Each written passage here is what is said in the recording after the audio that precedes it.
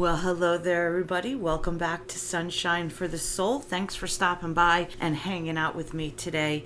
If you're new here, I'm Cyndi, and I am so appreciative of you bringing your great energy and your vibes to this community. So today, you guys, a lot of big energies going on this week. We've got the Lionsgate portal closing.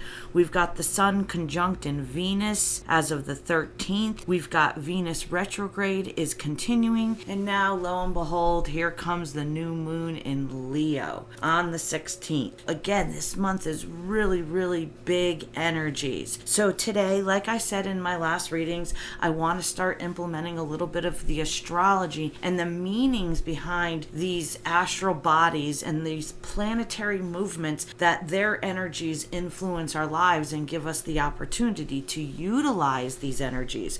How convenient for the Creator to make all these cycles and bring all these energies in closer to us. That's kind of a pretty amazing concept when you think about that. But they've been hidden from us and we didn't know how to utilize them. So now that we're awakening, now that we know we're a spiritual, energetic being having a human experience, not a human having a spiritual experience, big difference between the two. Now we realize we're energy, and it's a whole new ball game on learning how to function in this 3D reality that we're in right now. So a little brief history on the new moon. It is in Leo. It's 23 degrees and it's going to take place on the 16th at approximately 5:38 a.m. Eastern Standard Time. The new moon, I dug into what the new moon was about. You know, we have the cliche stories and myths about new moons, but for myself, I really wanted to understand what a new moon meant. So the new moon marks the beginning of a lunar cycle. It takes approximately 29 and a half days for the moon to orbit our Earth. A new moon occurs when the moon is positioned between the Earth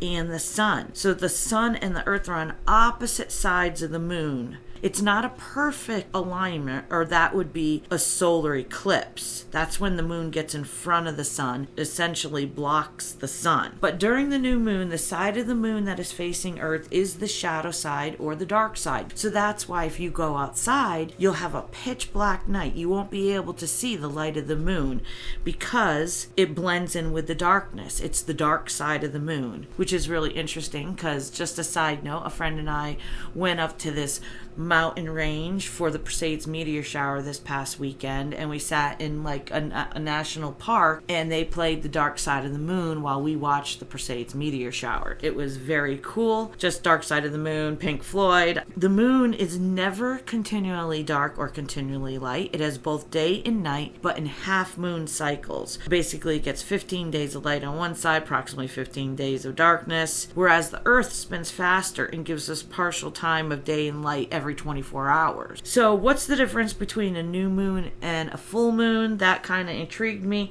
These are opposites. When there is a new moon, we see the side of the moon that is dark, or the shadow side.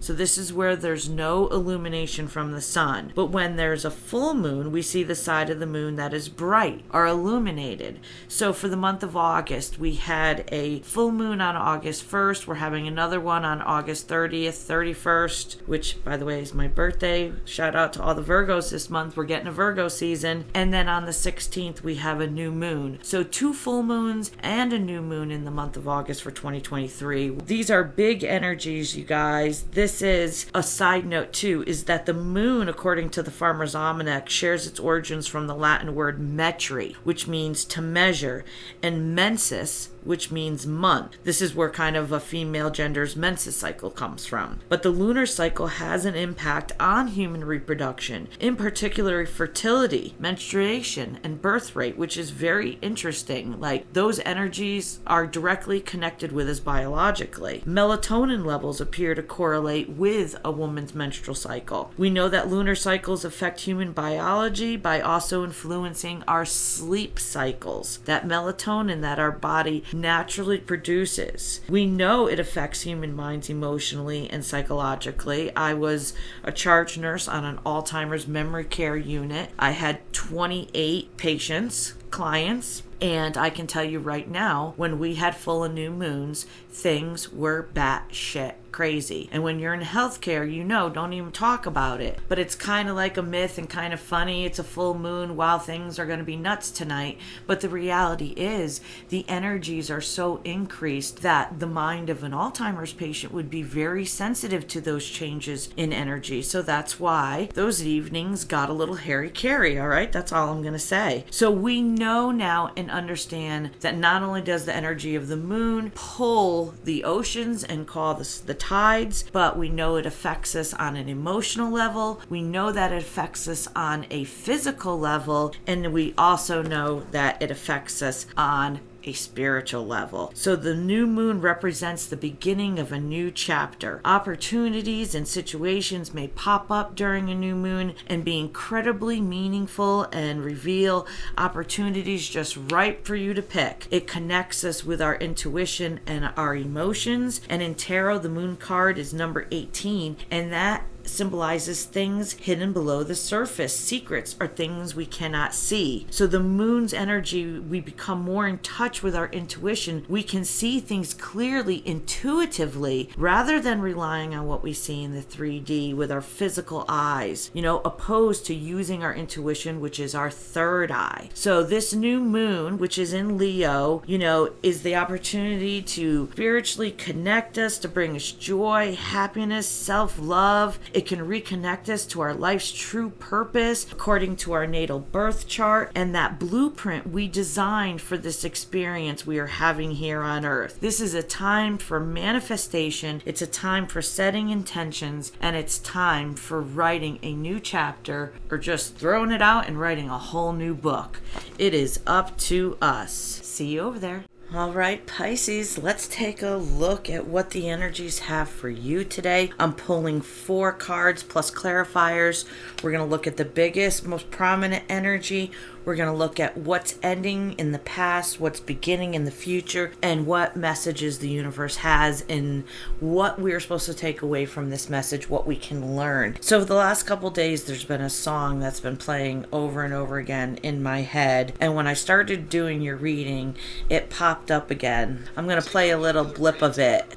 I try not to think about what might have been. So I'm giving credit to that song. That's by Little Texas. So this song has kind of been repetitive in my brain for a couple days, and it popped up again while I was doing your reading, Pisces. So I wanted to share that, and let's see how that applies to this reading about a character saying, what could have been. I've pulled for you, your first card is number 18, the moon card, which oddly enough is your Pisces energy. This is something is not as it appears. The moon represents our fears and our illusions, and it comes out when we are projecting fear into our present and our future, and we're doing that based on past experiences. And this turns out to be an energetic blockage for us until we can transmute that emotion of fear. So when I hear that gentleman saying, I think about what might have been, the first thing I thought of is why didn't they have what they wanted? Why didn't it work out? Why is he singing that song about something that could have been? And it made me wonder whether or not fear was what caused them not to have what they wanted, caused them not to be together. And fear has been coming up a lot in the last week or so. Obviously, in the state of our world right now, there's a lot of fear-based media being thrown at us, trying to keep us in that low energy, fearful state. But, we need to understand too that there's 2 different types of fear. There's healthy fear versus unhealthy fear. Healthy fear is I walk through the woods and I see a bear, and my fear kicks my fight or flight survival mechanism in, and that sets in motion to save my life. That's healthy fear. The unhealthy fear that we're talking about is, let's say you're fearful of doing something and you allow that fear to actually stop you from moving forward in your life, like having a fear of drowning so you never go swimming, or having a fear of bees so you never go outside. Some people have fears just driving in the car. But ironically, the moon is revealing that's card number 18, like I said before, that there is an energetic blockage within us or within someone close to us. And now remember, energy is fluid, it's constant in motion. So these readings are timeless. Whenever you're hearing them is when you're supposed to hear them. But always take what resonates and leave the rest. Sometimes I get even 1 or 2 sentences out of a reading, and that's relevant. And I listen to my sun, my moon, and my rising. My sun and moon are both in Virgo, and my rising is Aries. All right, so to clarify, what is this fear that the moon is revealing in these energies? Why are we seeing an energy of fear of what might have been? And I've pulled number 11, the Justice card, which is Libra energy. Libra keeps popping up in readings. Justice carries the sword of truth and balance, and it cuts through a situation. The justice will not be swayed by outer beauty when deciding what is fair or just. So what it seems to me is that this character is fearful of correcting an imbalance with a situation or with a partner once and for all. And I clarified that with the 7 of Pentacles. It's like the truth will be revealed. The universe seems like it's passing swift judgment about a situation. And the 7 of Pentacles says that after all the hard work they've put in, will they get to reap the benefits of all their labor?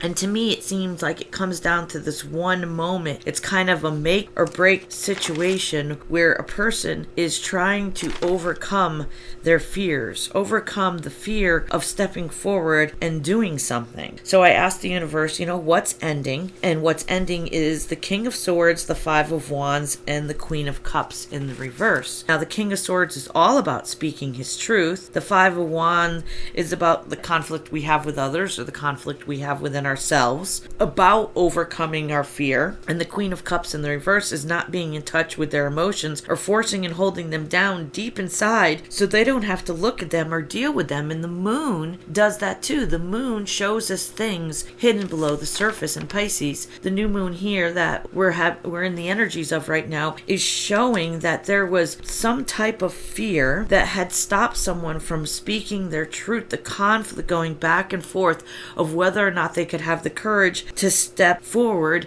and be able to communicate their feelings. Wow. Okay. So I looked up a natal birth chart for a friend of mine the other day, and oddly enough, their whole entire life's purpose based on I did their sun, their moon, the rising, and their chart ruler, and I'm learning how to read natal charts right now. And interesting enough, this character's whole life purpose was actually to overcome their problems with indecisiveness and communication, like being able to use their voice.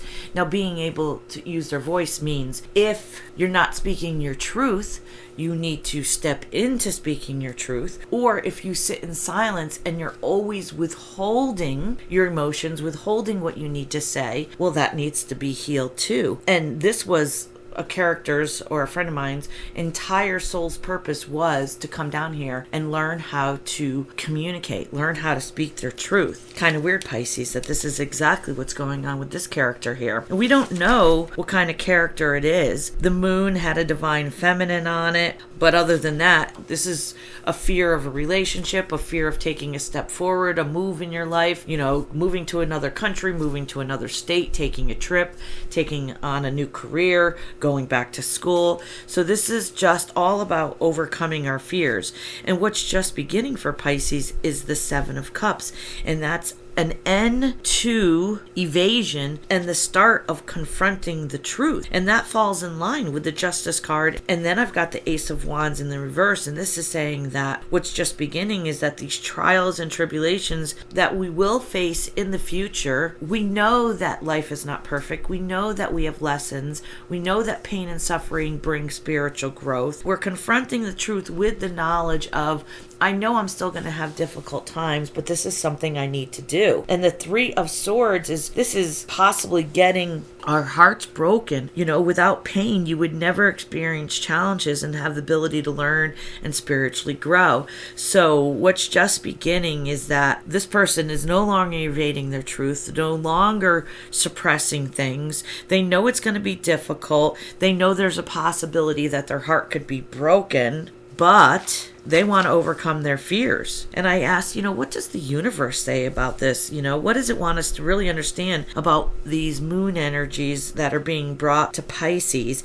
And I pulled 3 cards, which were all major arcana: Wheel of Fortune in reverse, Strength card in the reverse, and Chariot. So this is big source speaking, major arcana. The Wheel of Fortune is card number 10, and that's a negative cycle is finally being broken. So the universe is saying that for this character, that the negative cycle of being fearful of communicating their needs, of being fearful of communicating their emotions, that cycle is over. They're going to step into their power. And then we've got number 8, so that's 10 and 8. That's 18, which our first card out was card number 18, the moon card. The Strength in the reverse says that this intense fear is no longer going to take the power away from this individual. They're not going to allow that emotion of fear to stop them in their life. And the Chariot card number 7 says, boom, they're making a move. They're rushing in. They're going to speak their truth. And we know only the Emperor and the Empress can ride in the Chariot. And this moon is helping to remove this energetic blockage of fear. So interesting enough, this week as I was doing these readings, this fear subject kept coming up in the videos that I was listening to. In the last few days, a gentleman, and I can't remember his name, and I couldn't find it on the video, but he was talking about how to trick and kind of fool your ego to transmute the fear of doing something. So let's say you're going to speak with someone about something very important, right? And this was on Wisdom from North YouTube channel, and it was about this was through a gentleman who channels angelic beings of the higher realms and frequencies. Very interesting. I'm embarrassed that I don't know his name, but he says that in order for us to get past that, like if we're getting in the car and we're going somewhere, he says to imagine it and visualize yourself wearing a bright purple Merlin's hat. So overcoming our emotions and our feelings that come up is all about recognizing what they are, recognizing that they're coming from the ego, and then transmuting them. You're not burying them. We need to see them, we need to feel them, and then we need to let them pass, okay? We purposefully need to learn how to flow through the state of our emotions and our feelings.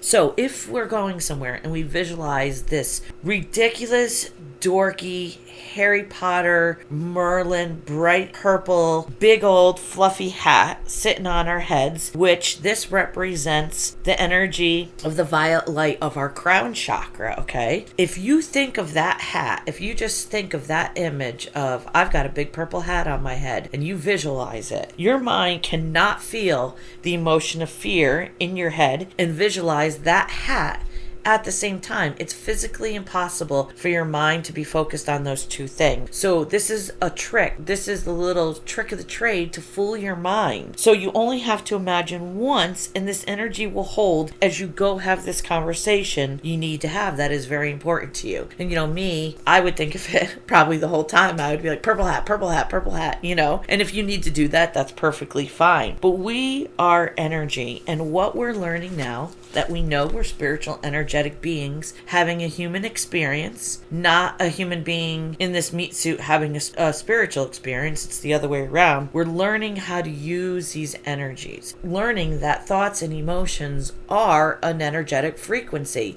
So if you put negative thoughts out there, if you are fearful about doing something and you're like, oh my God, this is going to go terrible, this is going to be a disaster, and that's all you put in your head, well, you are the creator of your reality. That's exactly what is going to transpire. But if you think of your Merlin's purple hat and you say to yourself, my emotions are just a feeling, I can let them pass, I'm powerful, I'm going to go have this conversation with my purple Merlin's hat on, and I'm going to stand in the strength in the new moon Leo.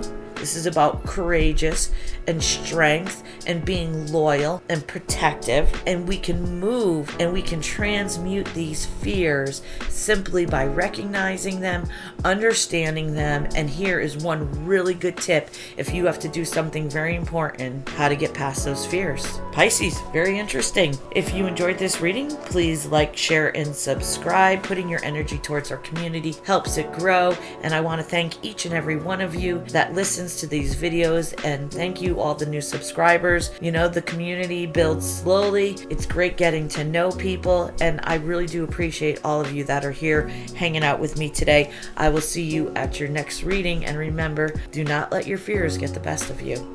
Peace.